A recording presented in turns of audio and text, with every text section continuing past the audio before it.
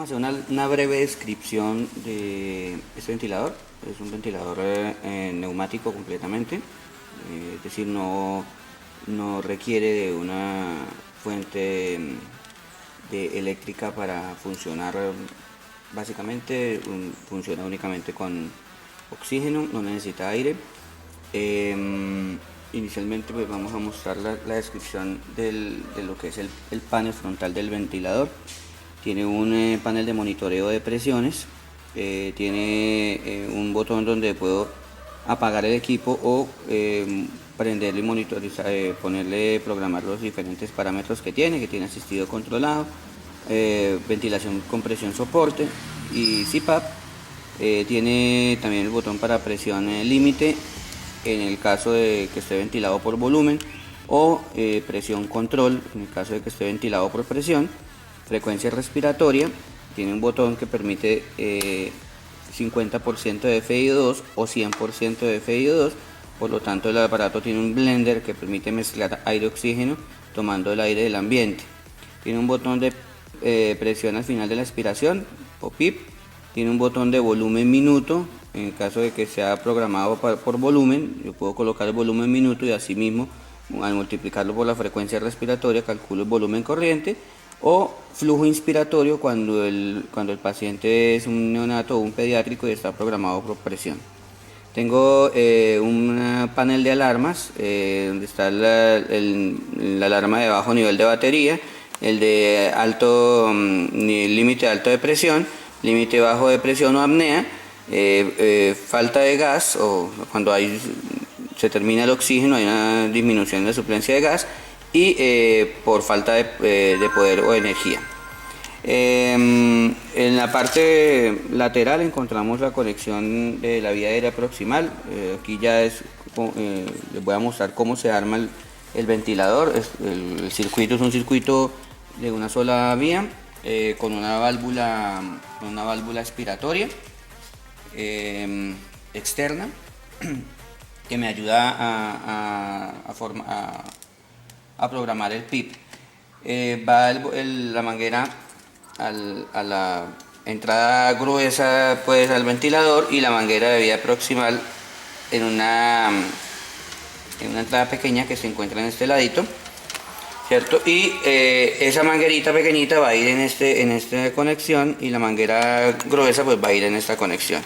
De esta forma queda el circuito armado. Tener especial cuidado pues que muchas veces este circuito se arma mal, entonces hay mal funcionamiento por no armar bien la vía expiratoria.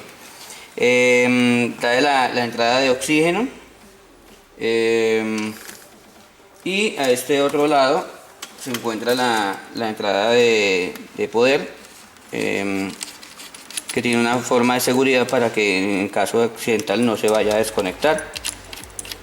Igual tiene una batería que alcanza para 6 horas. Ok. Bueno, ahora vamos a entrar con el funcionamiento del equipo. Entonces, pues nos aseguramos de que esté abierto el oxígeno. Luego, entonces, pues normalmente los pacientes que se van a trasladar, pues se ventilan en asistido controlado. Muy pocos pacientes se ventilan en presión soporte, y pues muy pocos en CPAP. Entonces vamos a explicar más que todo el funcionamiento del asistido controlado. El equipo trae por defecto de fábrica, por defecto de fábrica no, trae una autoprogramación de fábrica, que es todo lo amarillito. Entonces, para yo probar el ventilador coloco todos los parámetros en la zona amarilla, y empiezo a mirar el funcionamiento del equipo. Cuando yo empiezo a programar, dependiendo del paciente, por ejemplo, digamos que tenemos un paciente adulto que pesa 80 kilos, entonces pues tengo que programar un volumen corriente. Como en este ventilador no se va a programar directamente un volumen corriente, sino un volumen minuto, y con ese volumen minuto vamos a generar un volumen corriente, entonces calculo el volumen minuto que requiero en ese momento para el paciente. Entonces, vamos a programar entonces el volumen, vamos a programar un paciente para ser manejado por volumen. Entonces, como el ventilador no me permite directamente programar volumen corriente, entonces tengo que calcular el volumen minuto. Digamos que el paciente pesa 80 kilos, lo vamos a multiplicar por la constante que ustedes manejen en cuanto a protección ventilatoria, a protección pulmonar que tengan, que normalmente es de 6 a 8. Digamos que lo vamos a tomar por 6, entonces 80 kilos por 6 me da 480 mililitros de volumen corriente, que al multiplicarlo por una frecuencia respiratoria, que en un adulto por lo regular está entre 14 y 18, pero vamos a tomar 16, eso me da 7.6. Entonces si yo multiplico los 480 por 16, me va a dar 7600 dividido en 1000, me da 7.6. Entonces ese 7.6 yo lo programo entre 7 y 9 aproximadamente, y ahí me da un volumen minuto programado para ese paciente. Acuérdense que la fórmula para calcular volumen minuto es frecuencia respiratoria por volumen corriente. Luego ya tengo el volumen minuto programado, disculpen, luego programo un nivel de PIB, ¿cierto? Que yo lo voy monitorizando en la perilla de la presión. Si ustedes se dan cuenta, donde cae la aguja es el nivel de PIB programado. Ahí está en 10. Entonces está acá 10 y ahí cae a 10. Luego le puedo programar un límite de presión. Este botón, cuando el ventilador está programado por volumen, no es una presión inspiratoria pico, es un límite de presión, es el nivel que yo quiero de presión, o el nivel de presión que yo quiero que el paciente o el pulmón me llegue con ese volumen minuto. ¿Cuál es la importancia de este botón?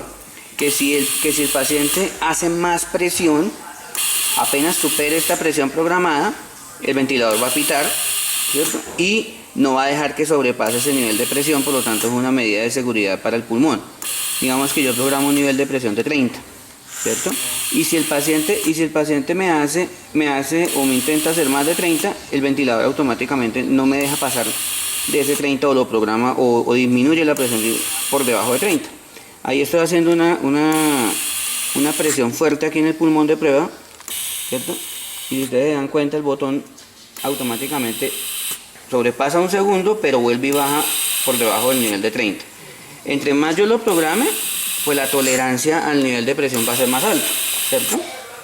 Mira, ahí por ejemplo, ¿sí? Y ahí sobrepasó por ejemplo 50 que yo programé, y lógicamente el ventilador pita por elevada presión en la vía aérea. ¿Listo? Entonces este botón en los modos ciclados por volumen es un límite de presión en la vía aérea. ¿Listo? Bueno, puede programar 50% o 100% dependiendo de el estado del paciente y la frecuencia respiratoria. En ese momento ya está el paciente ventilando. Tenemos con unos parámetros de un volumen minuto de 7.5 para un volumen corriente de 480, con una PEP de 10, un límite de presión de 30 y una frecuencia respiratoria de 16.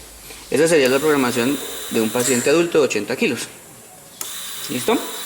Bueno, ahora vamos a intentar, o vamos a programar un paciente neonatal. Este ventilador soporta también neonatos. Entonces pues vamos a ver cómo es el funcionamiento para pasarlo. En este momento está en volumen, ahora lo vamos a pasar a modo ciclado por presión para ventilar un neonato. Entonces vamos a arrancar nuevamente desde el inicio. Entonces apagamos el ventilador, lo vamos a prender nuevamente. Ya aquí entonces, ¿qué hago? El botón de volumen minuto lo bajo completamente, lo dejo en 0. ¿Por qué? Porque cuando yo lo paso a 0 y empiezo a programarlo poco a poco, esto ya se convierte en un flujo inspiratorio. Este botón se convierte no en límite de presión, sino en una presión inspiratoria pico, la frecuencia respiratoria y el PIB, que sigue siendo igual, la FiO2 también, 50 o 100%. Entonces, Voy a programar para un neonato de, digamos, de, de 3.000 gramos. Entonces, uno por lo regular ventila un neonato de esos con frecuencias respiratorias altas, pues los neonatos se ventilan con frecuencias respiratorias altas. Entonces, programo una frecuencia de 40. Digamos que en el momento el paciente manejaba una presión pico en el ventilador donde estuviera, en la institución donde esté, de 20, ¿cierto? Un nivel de PEP de 5, ¿cierto? Y comienzo entonces, si ustedes ven la aguja no se mueve para nada, porque pues el flujo inspiratorio, porque esto ya no es un volumen minuto, sino un flujo inspiratorio, está en 0. Por eso me está pitando que baja presión de la vía aérea o apnea. Entonces, ¿yo qué tengo que hacer? Ir programando poco a poco el flujo inspiratorio hasta que me alcance el nivel de pico que yo programé.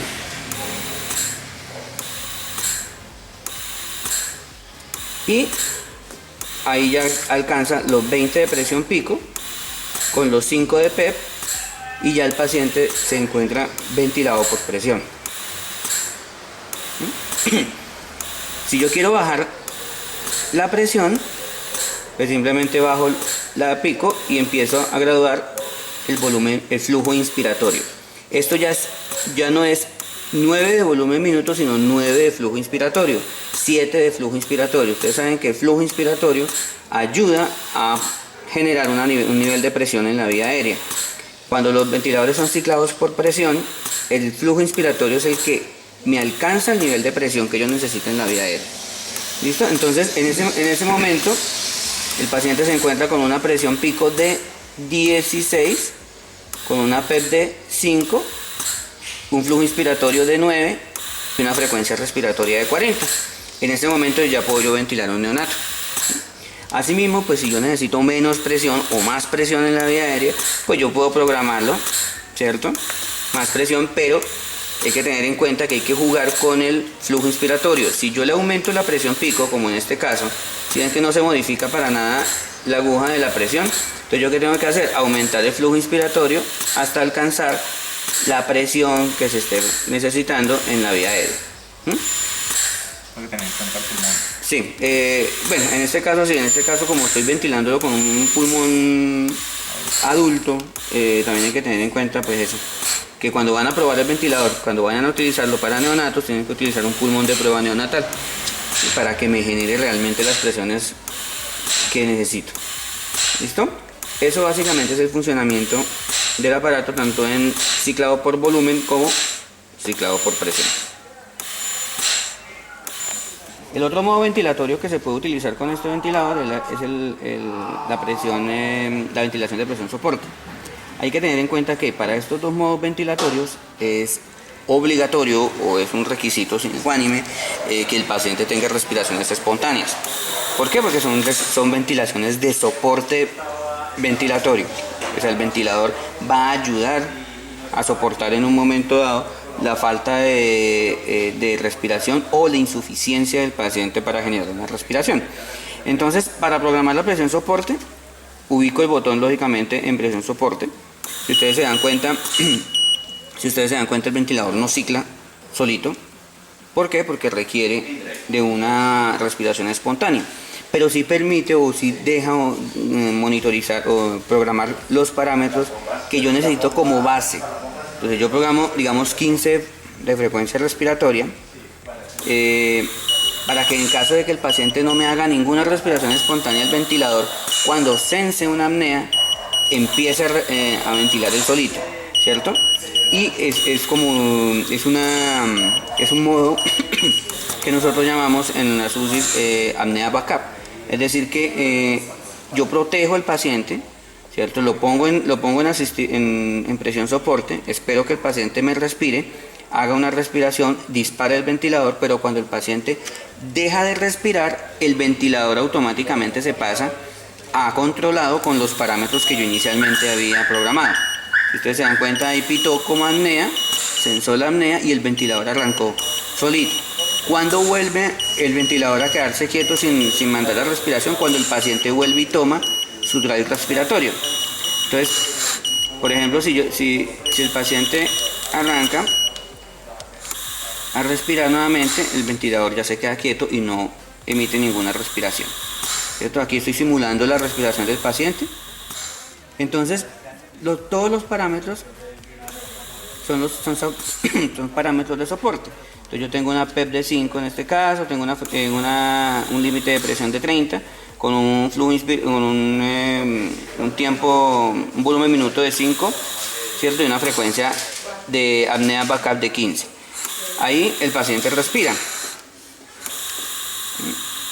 Pero si el paciente deja de respirar, el ventilador después de 20 segundos sensa la apnea y automáticamente arranca la apnea backup o la ventilación de soporte del ventilador o de seguridad para que el paciente pues tenga nuevamente una respiración. ¿Ven? ¿Cuándo deja de funcionar? Cuando yo corrijo la apnea backup, cuando veo que el paciente otra vez toma su autonomía respiratoria.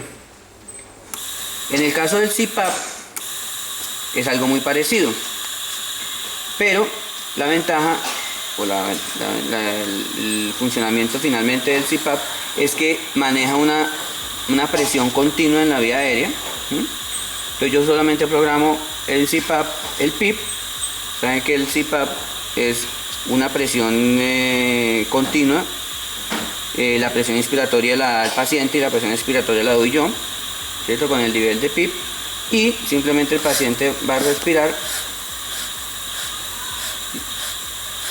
y pues ahí va a generar la presión continua en la vía aérea. Para este modo, pues lógicamente sí tiene que haber una autonomía respiratoria del paciente, eso es evidente.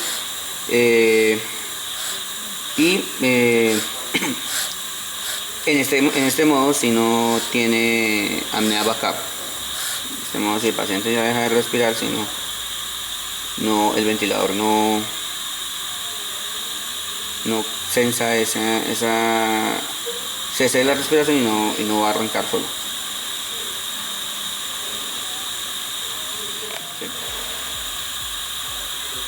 Entonces, pues por lo regular, pues tiene que haber una respiración espontánea del paciente, si no va a cumplir la función del CPAP.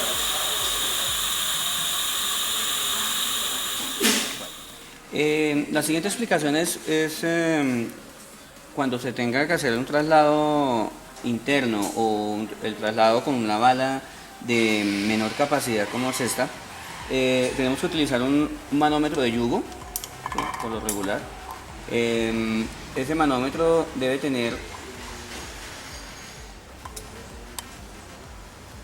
ser bien conectado y las características del manómetro es que debe ser de 50 PSI y debe tener anexo un empate macho para poder conectar la manguera de oxígeno. De esta forma es la única forma de que este manómetro me genere el nivel de presión que el ventilador necesita para yo poder utilizar este tipo de bala. Lógicamente pues la capacidad de la bala pues es más o menos una hora que dura el ventilador funcionando con parámetros no tan elevados. Hay que tener en cuenta que el consumo del oxígeno depende también de los parámetros ventilatorios con los cuales tenga yo el paciente. Si son parámetros ventilatorios muy elevados, IO al 100%, volúmenes corrientes elevados, pues la bala de oxígeno hay que tener en cuenta que la bala se va a gastar más, porque el ventilador va a necesitar más gas para poder funcionar y dar los parámetros preestablecidos. Entonces, de esta forma es la forma con la cual se tiene que se tiene que funcionar el ventilador con este tipo de bala, que recuerden de 60 minutos que dura para garantizar el correcto funcionamiento del equipo.